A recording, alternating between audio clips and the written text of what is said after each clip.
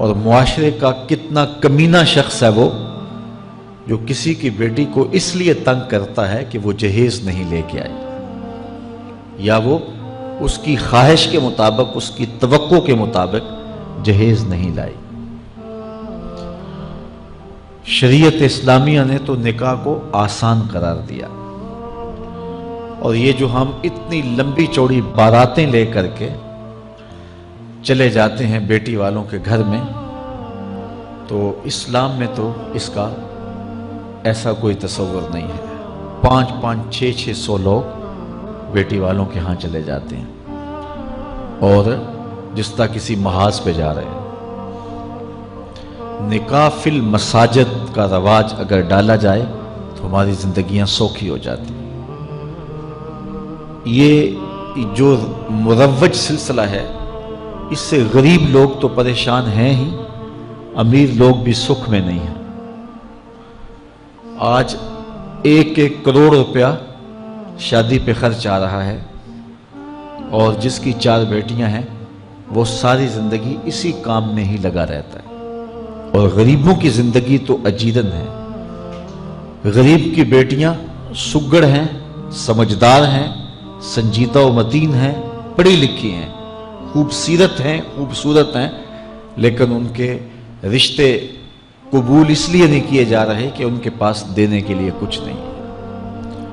اور اب ایک سلسلہ چلا جہیز فنڈ کا اور اجتماعی شادیوں کا، تو شاید کسی کے لیے اس میں تسکین ہو، لیکن میں تو ایک مرتبہ ایسی تقریب میں گیا ہوں تو دکھی ہو کے آیا ہوں۔ ہر شخص کا اپنا مزاج ہوتا ہے، مختلف تنظیمات، مختلف لوگ غریب بچیوں کی اجتماعی شادیاں کر رہے ہیں، تو میں ایک تقریب میں مجھے کھینچ کے کچھ لوگ لے گئے۔ میں نے کہا مجھے تجربہ تو نہیں ہے، لیکن مجھے لگتا ہے کہ میرے لیے تکلیف کا سامان ہوگا، اور دوست جس مقصد کے لیے مجھے لے کے جا رہے ہیں تو ان کا مقصد بھی پورا نہیں ہوگا۔ ایسا ہی ہوا، ایک ہال میں 15 سے 20 بچیاں تھیں، اور دوسری جانب 15 سے 20 بچے تھے، اور ان کے مہمان، ان کا ہجوم تھا، اور اسٹیج کے اوپر جو کرسیاں لگی تھیں ان پر مخیر حضرات بیٹھے ہوئے تھے جنہوں نے سرمایہ لگایا اور جہیز فنڈ دیا، اور تنظیم کے لوگ آ کے اپنی کارکردگی بیان کر رہے تھے۔ تو آخر میں انہوں نے مجھے کہا کہ ہم آپ سے کچھ سننا چاہتے ہیں، تو میں نے بیٹھے بیٹھے کہا کہ میں دعا کر دیتا ہوں، لیکن ان کا اصرار بڑھا، تو میں نے مائک پہ آ کے کہا کہ انسان کی زندگی میں 3 موقع ہوتے ہیں جس دن وہ مہمان خصوصی ہوتا ہے، اور سب لوگوں کی نظر اسی کے چہرے پہ ہوتی ہے۔ ایک جب وہ پیدا ہوتا ہے تو کالا کلوٹا بھی ہو تو ساری بستی اس کا منہ دیکھنے آتی ہے، اور اسے بہنیں چاند کہہ کے پکارتی ہیں، چاہے اس کا رنگ گہرا سیاہ کیوں نہ ہو۔ دوسرا موقع انسان پر اس وقت آتا ہے جب وہ دولہا بنتا ہے، تو سارے لوگ اسی کو دیکھتے ہیں، اور وہ نگاہوں کا مرکز ہوتا ہے، اور چیف گیسٹ وہی ہوتا ہے۔ اور تیسرا وقت اس کے اوپر تب آتا ہے جب وہ چٹا لٹھے کا لباس پہنتا ہے، تو سارا شہر اس کا منہ دیکھنے آتا ہے۔ تو میں نے کہا ان غریب لوگوں سے آج تم نے یہ حق بھی چھین لیا۔ آج مخیر حضرات کو اوپر بٹھایا اور ان کو نیچے بٹھایا ہوا ہے، اس لیے کہ یہ غریب ہیں، اور کسی کے چہرے کے اوپر میں نے کہا خوشی کے آثار نہیں نظر آ رہے، اداسیاں ہیں، اور اتنے لوگوں کو ان کی غربت کا گواہ بنا رہے۔ ایک دم سکوت طاری ہو گیا حال پر، چونکہ مجھ سے وہ کچھ ایسی باتیں سننا چاہ رہے تھے جس سے ان کو داد ملتی۔ میں نے کہا تمہارے جذبے اپنی جگہ پہ، لیکن کاش کے رات کے اندھیرے میں ان بیٹیوں کے ماں باپ کو تم نے کچھ پیش کیا ہوتا اور یہ اپنے گھر سے رخصت ہوتی تو عرش والا رب بڑا راضی ہوتا۔ لیکن برا کرے نمائش کا کہ ہم نے ان بیٹیوں کا تماشا لگا دیا۔ میں ایک شہر میں گیا تو وہاں آج کل وہ پہلے تھا نا عمرے کے ٹکٹ محفل نعت میں، تو آہستہ آہستہ مجمع سمٹ گیا، تو اب ایک نیا سلسلہ شروع ہوا ہے کہ جہیز کی پرچیاں نکالی جائیں گی۔ تو اسی سال آپ کے قرب میں ایک جگہ 10 کے 15 جہیز فنڈ تھے، تو مجھے خطاب کرنے کے لیے انہوں نے کہا، تو بڑے شوق سے منتظم محفل نے بتایا کہ 15 بچیوں کا جہیز بھی نکالا جائے گا، اور اس پردے کے پیچھے ہزاروں بچیاں بیٹھی ہوئی ہیں۔ تو میں نے اپنی گفتگو میں کہا کہ یہ ظلم نہ کرو، یہ زیادتی نہ کرو، تمہارے پاس 100 لوگوں کا کھانا ہے تو 500 لوگوں کو نہ بلاؤ کہ تم قرعہ اندازی کر کے 100 آدمیوں کو کھانا دے دو اور 400 آدمیوں کو کہو کہ تمہارا نام نہیں نکلا۔ تمہارے پاس 100 کا کھانا ہے تو 100 کو ہی پردے سے بلاؤ اور ان کو کھانا کھلا دو۔ میں نے کہا 10,000 بیٹیاں اس پردے کے پیچھے بیٹھی ہیں آپ کے بقول، اور آپ ان میں سے چند کو قرعہ اندازی کے ذریعے جہیز فنڈ دے رہے ہیں۔ ہر پرچی پہ 10,000 بیٹی کا دل دھڑکے گا کہ شاید میرے مقدر جاگ پڑے اور غموں کی سیاہ رات ختم ہو گئی، لیکن جب آخری پرچی کے بعد اعلان کیا جائے گا کہ قرعہ اندازی مکمل ہو گئی، تو کتنی بیٹیاں گھروں میں جب واپس جا رہی ہوں گی تو تم نہیں جانتے ان کے قدم کتنے بوجھل ہوں گے، اور رسول اللہ کا میلاد ہو اور بیٹیاں آنسو بہاتی ہوئی جائیں۔ تو میں نے کہا تم خوشیاں خریدنے لگے تھے، غم خرید لیے تم نے، خوشیاں بانٹنے لگے تھے، غم بانٹ لیے تم نے۔ تو یہ زیادتی نہ کرو، یہ جو رواج پڑ رہا ہے یہ اپنی نمائش کے لیے، خدا را آگے تم نے عمرے کے ٹکٹ بانٹے، بہت کچھ کیا لوگوں کو اکٹھا کرنے کے لیے، اور کیا کیا رنگ اپنائے گئے۔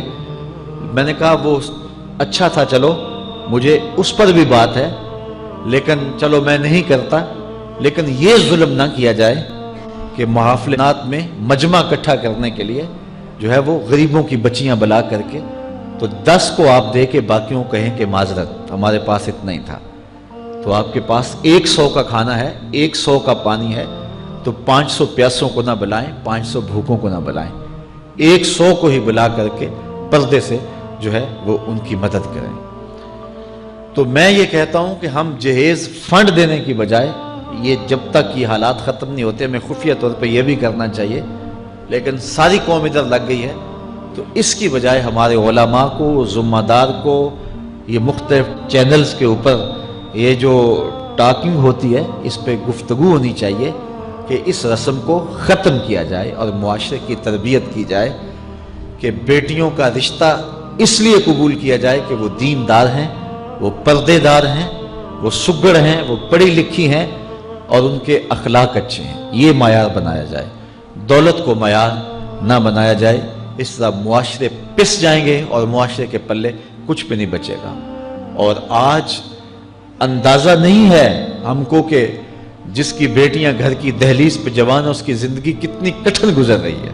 کوٹھے تے چڑھ ویخ فریدا تے گھر کر بلدی اگ، میں جاتا دل دکھی میرا پر دکھی سارا جگ۔ تو پورا معاشرہ اس وقت اس اذیت سے، اس کڑن سے گزر رہا ہے کہ بیٹیاں جوان ہیں اور رشتے نہیں مل رہے، اور پھر اگر رشتے مل رہے ہیں تو بیٹے والوں کے نخرے ہی بڑے عجیب ہیں، اور پھر جس طرح وہ بیٹیوں کو، غریبوں کی بیٹیوں کو لونڈیاں بنا کے اپنے گھروں میں رکھتے ہیں، تو یہ ایک الگ درد کی اور دکھ کی کہانی ہے۔ میرے پاس لوگ آتے ہیں، دعا کیجئے، کاروبار نہیں ہے، معاشی بحران ہے، مالی پریشانیاں ہیں، بچے کے امتحان سر پہ ہیں، بہت سارے مسائل لے کر لوگ آتے ہیں، لیکن کوئی نہیں، لوگ حوصلے سے مصائب کا مقابلہ کرتے ہیں، کاٹتے ہیں۔ لیکن کچھ لوگ آتے ہیں دعا کے لیے تو بات کرتے ہی آنکھیں چھلکنے لگتی ہیں اور میرا دل بھی قابو میں نہیں رہتا۔ لوگ کہتے ہیں کہ حضرت دعا کرو، بیٹی سسرال میں دکھی ہے، اللہ سکھ دے دے۔ تو میں دعا بھی کرتا ہوں، لیکن میں تنہائی میں جا کے روتا ہوں کہ اس درد کا مداوع کیا ہے، اس دکھ کا علاج کیا ہے، اور معاشرہ تیزی سے اس تکلیف کی طرف بڑھ رہا ہے، اور طلاق کی شرح بھی جو ہے وہ بڑھتی چلی جا رہی ہے۔ میرے پاس ایک دن ایک صاحب آئے، ساتھ ان کی بیوی تھی، اور میں انہیں جانتا ہوں، عزت دار لوگ تھے۔ تو انہوں نے کہا کہ ہم آپ سے کوئی تنہائی میں بات کرنا چاہتے ہیں۔ تو ان کے اپنے عزیز تھے، بیٹیاں اس شخص کی زیادہ ہیں، اپنے عزیزوں میں شادی کر دی۔ تو اس وقت انہوں نے طے کر لیا کہ کوئی بات نہیں، ہم جہیز نہیں لیتے۔ لیکن وہ باپ بلک بلک کے مجھے کہہ رہا تھا کہ کتنے دنوں سے میری بیٹی گھر آ کے بیٹھی ہوئی ہے، اور وہ کہتے ہیں کہ اتنی دیر واپس نہ آنا جب تک تیرا جہیز پورا نہیں ہو جائے گا۔ میں کہتا ہوں کتنا صفاق معاشرہ ہو گیا ہے اور کتنے کٹھن حالات ہو گئے ہیں۔ تو جب معاشرہ اس کیفیت میں چلے جائے تو پھر انارکی پھیلتی ہے اور معاشرے پھر قائم نہیں رہتے۔ تو کتنی باپ کی دہلیز پر بوڑھی ہونے والی بیٹیاں، ان کی سسکیاں، ان کی آہیں اور ان کی چیخیں اس معاشرے کو بے چین کی ہوئی ہیں۔ تو امیر لوگوں کی ذمہ داری ہے کہ وہ غریبوں کے دکھ بانٹ لیں۔ اللہ تعالیٰ ارشاد فرماتا ہے کہ فَقُّ رَقَبَةٍ او اطعام فی یوم ذی مسغبہ، کسی پھنسے ہوئے کی گردن چھڑانا یہ بڑی نیکی ہے۔ تو اس وقت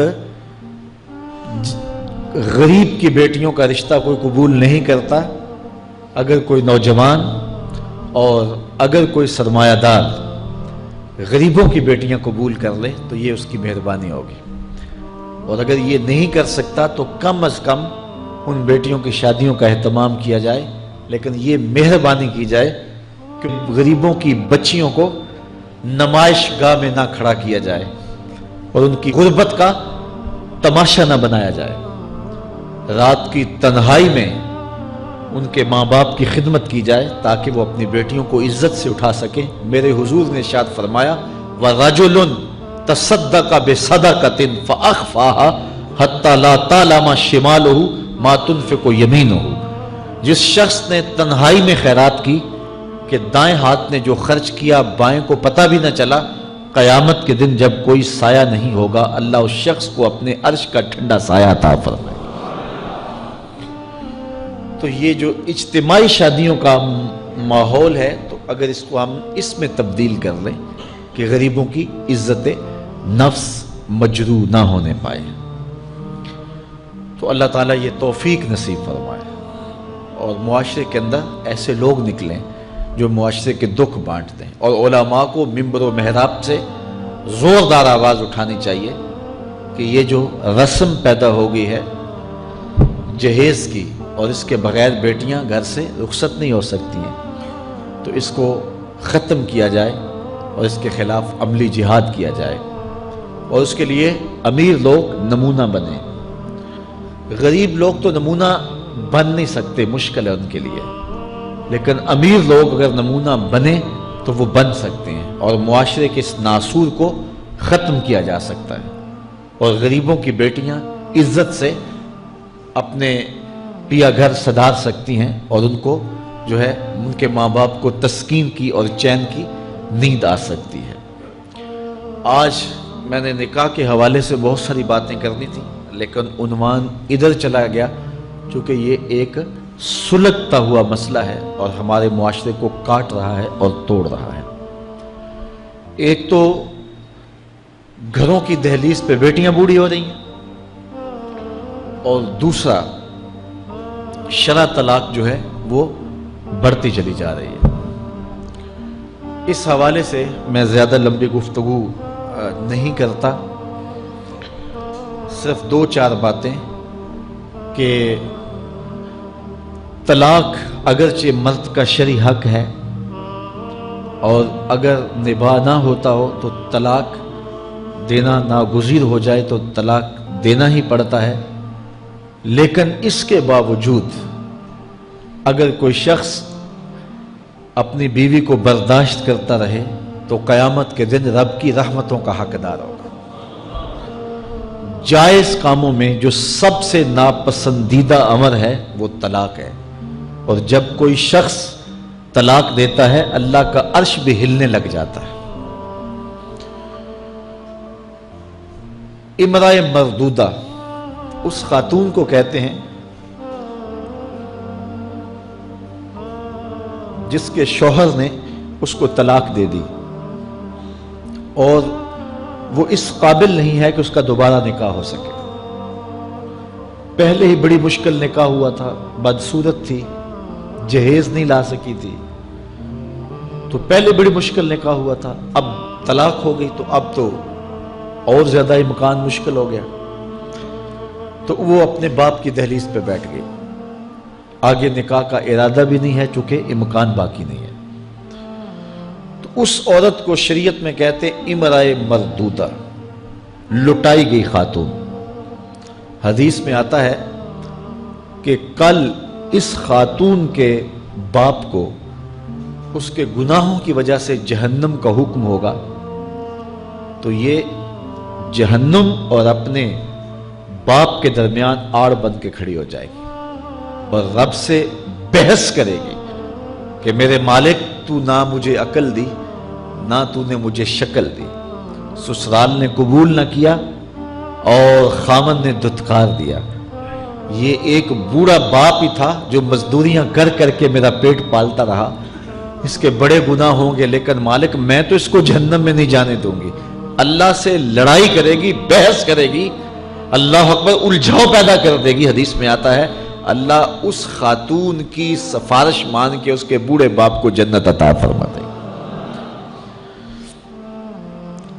اگر طلاق دینا ناگزیر ہو جائے، بہت ضروری ہو جائے طلاق دینا اور اس کے بغیر کوئی دوسرا راستہ نظر نہیں آ رہا، تو پھر بھی 3 طلاقیں اکٹھی نہ دیں. ایک طلاق دے دیں، اور ایک طلاق دینے کا فائدہ یہ ہوگا کہ 3 مہینے کے بعد عورت فارغ ہے، آگے نکاح کرنا چاہے تو کر سکتی ہے. لیکن اگر 3 ماہ کے بعد، 4 ماہ کے بعد، سال کے بعد، 2 سال کے بعد اس نے آگے نکاح نہیں کیا تو دوبارہ ان کا پروگرام نکاح کا ہو جاتا ہے، تو پھر واپس آنا آسان ہوتا ہے. تو لوگ یک مشت 3 طلاقیں دے دیتے ہیں اور پھر مسئلہ پوچھتے ہیں. تو چونکہ ہمارے یہاں کثرت احناف کی ہے اور واضح احکام جو شریعت کے ہیں وہ 3 اکٹھی طلاقیں اگرچہ ناپسند ہیں لیکن 3 طلاقیں اکٹھی 3 ہی ہو جاتی ہیں. تو پھر اس کے بعد اپنا مسلک بدلنے کی کوشش کرتے ہیں، یا جو ہے وہ ایسے لوگوں سے فتویٰ دیتے ہیں جن کا یہ فتویٰ نہیں ہے اور ایک عجیب الجھن میں مبتلا ہو جاتے ہیں. اس لیے اگر ناگزیر ہو جائے طلاق دینا تو پھر بھی 1 طلاق دینی چاہیے. جو 3 طلاقوں سے حاصل ہوگا، عورت سے الگ ہونا، وہ 1 طلاق سے ہی حاصل ہوگا. اور 1 طلاق بھی طہر کی حالت میں دینا چاہیے، عالم حیض میں نہیں، چونکہ ان دنوں کے اندر مرد کا رجحان عورت کی طرف زیادہ ہوتا ہے. اس لیے شریعت نے طہر میں طلاق دینے کا حکم دیا ہے اگر کوئی طلاق دینا چاہے. لیکن اگر کوئی حیض میں طلاق دے دے تو پھر بھی طلاق ہو جائے گی. 3 اکٹھی دے دیں پھر بھی طلاق ہو جائے گی. لیکن 1 طلاق اور وہ بھی طہر میں اگر دی جائے، ہاں مہینے کے وقفے کے بعد دی جائے تو پھر بھی موقع موجود ہوتا ہے. تو عمومی طور پہ لوگ 3 طلاقیں اکٹھی دے کے بعد میں پریشان ہوتے ہیں، کیونکہ طلاق دینے کے بعد پھر پوزیشن سوچ کی اور گمان کی اور ہوتی ہے. تو یہ ضروری باتیں تھیں. کار ما آخر شدو آخر ز ما کار نشد.